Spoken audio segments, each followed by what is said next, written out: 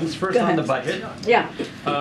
When Biden ran, he essentially proposed what fiscal watchdogs would say were policies that would add to budget deficits. He's now kind of making budget deficit reduction a cornerstone of his policy. Why did this become more of a priority, and what does he think this does for everyday Americans? So as you just kind of alluded to and laid out, this has been a priority from the president when we talk about deficit reduction, when we talk about being fiscally responsible. This is something that the president has talked about since the campaign. And you hear me, just as I did moments ago, talk about the $1.7 trillion deficit that he did the first 2 years.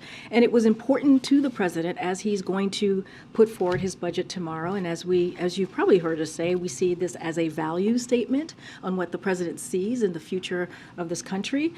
And so he wanted to make sure it was fiscally responsible.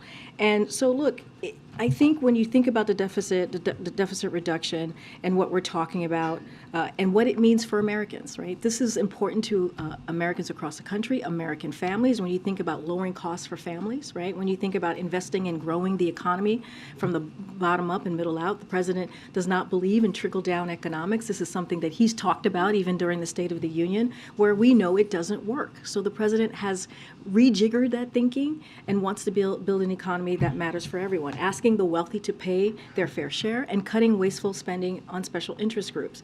And so this is something that we think is important. This is something that shows the American people that we take this very seriously when we think about the fiscal responsibility, when we think about how do we move forward, not just for Americans today, but for Americans, other generations that are going to be coming behind us. That's why we're talking about a 10-year, right? $3 trillion over a decade. That's going to matter. And still doing that by growing the economy and making sure that we don't leave anybody behind. So that's what is important to the president. If you look at it holistically in his economic plan.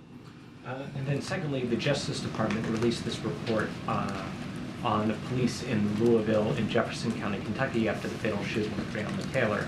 I was curious what the White House thought about the findings that the police there engaged in a pattern or practice of conduct that deprives people of their rights, and what obligation does that leave Congress and the White House in terms of addressing these inequities? So specifically on the investigation that Department of Justice laid out, we know they are independent, so we refer you to any specifics of that particular investigation on their findings. But what I would say more broadly, as we look at this from a 30,000-foot view, the president has said repeatedly he believes that key part of building trust between law and enforcement and the communities they serve is ensuring that there is accountability when we see an officer violate the law. And this is something that we have been very consistent about. You heard the president talk about this in the campaign and certainly in the last 2 years. That is why he signed an executive order to advance effective accountability, community policing. And this is, remember, he put that forward when this executive order, when Congress was not able to get the job done. And so he took federal action, historic action, to make sure that he was able to deal with this on a federal level. So that executive order required federal law enforcement agencies to implement tighter use of force standards and to greatly restrict the use of no-knock warrants, and has a host of provisions to incentivize those and other reforms at the state and local level.